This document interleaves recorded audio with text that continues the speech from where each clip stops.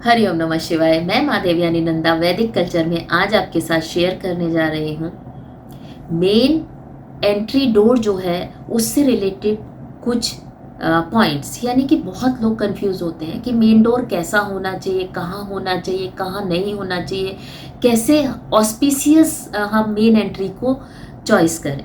तो आपकी ये जो चॉइस है ये कहीं ना कहीं जब आप इंडिपेंडेंट हाउस बनाते हैं तो आपके ऊपर डिपेंड करती है। बट जैसा कि आजकल बहुत ज़्यादा प्रचलन हो गया है कि हम बिल्डिंग्स में रहते हैं, जो टावर्स हैं, हाई राइज बिल्डिंग्स हैं, उसमें रहते हैं, तो वहाँ पर हर दिशा में एंट्री होती है। एक फ्लोर पे चार चार दरवाजे होते हैं और सभी की एक अलग अलग दिशा की एंट्री होती है।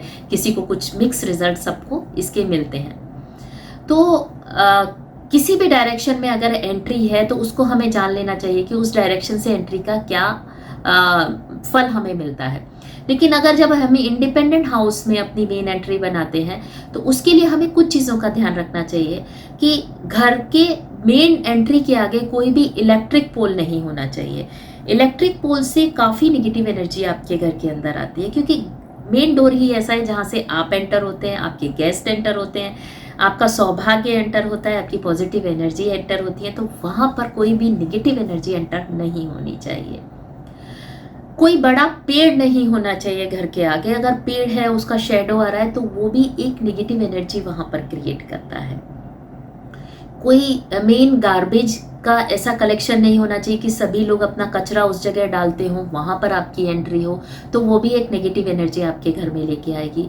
कोई बड़ा खड्डा अगर वहाँ पर है तो वो भी आपके घर के अंदर नेगेटिव एनर्जी लेके आता है। सीवर लाइन अगर वहाँ से जा रही है तो वो लाइन भी आपके घर के अंदर नेगेटिव एनर्जी लेके आती है। तो अगर ऐसी कुछ भी चीज़ों में आपकी एंट्री इफेक्ट कर रही है, ऐसा कोई भी दोष आपकी एंट्री में है, तो उसकी रेमेडीज आप कंसल्ट करके कराएं, क्योंकि डायरेक्शन का कितने डिग्री पर क्या है वो जानना बहुत ज़रूरी है। कॉमनली अगर हम करते हैं तो वो एक कॉमन उपाय हो जाता है, जैसे कि फीवर आया, बिना हमने उसका एनालाइज किए सिर्फ पैरासीटामोल ले लिया और फीवर उतर गया, तो ऐसा नहीं होना चाहिए। अगर दो एंट्रीज हैं, क्योंकि जैसे सिंगल घर होते हैं, इंडिपेंडेंट हाउसेज होते हैं, वहाँ पर लोग मोस्ट ऑफ 2 एंट्रीज बनाते हैं। एक मेन एंट्री होती है और एक बैक साइड एंट्री होती है। तो हमेशा जो मेन एंट्री है वो आपका दरवाज़ा जो है बड़ा होना चाहिए और जो आपकी बैक साइड एंट्री है उसका दरवाज़ा छोटा होना चाहिए।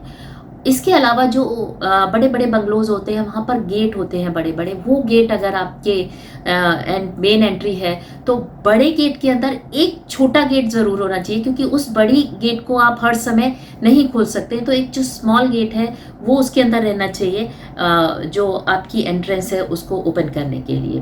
तो ये चीज़ें कुछ ध्यान रखने वाली हैं। इसके अलावा 3 दरवाजे एक लाइन में नहीं होने चाहिए, यानी आपका मेन डोर है उसके साथ साथ और रूम्स के दरवाजे या बैक साइड का जो डोर है वो भी उससे कनेक्टेड है, तो जो भी ऊर्जा आएगी वो बहुत इजीली जो है निकल जाती है। इसी के लिए अगर एक साथ एक लाइन में 3 डोर्स हैं तो वहाँ पर कहीं ना कहीं आपको उसका उपाय ज़रूर करना चाहिए।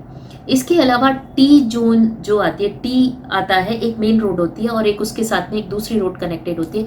उस टी जोन पे अगर आपका घर आ रहा है और आपकी मेन एंट्री आ रही है तो वो भी कहीं ना कहीं आपको किसी तरह का नुकसान कर सकती है। आपका हेल्थ है, आपका फाइनेंस है, रिलेशनशिप है, कौन से डायरेक्शन में वो एंट्री आ रही है उसके ऊपर होता है। कुछ डायरेक्शन में ऐसी एंट्री अच्छा रिजल्ट भी दे जाती हैं, लेकिन रेमेडीज जरूर करनी चाहिए जो भी हमारे वास्तु के दोष हमारी मेन एंट्री में आते हैं। अब मेन एंट्री को कैसे हम सही कर सकते हैं इसके लिए मैं आपको अपने नेक्स्ट एपिसोड में बताऊंगी। तब तक के लिए हमारे साथ जुड़े रहिए। हरिओम नमः शिवाय।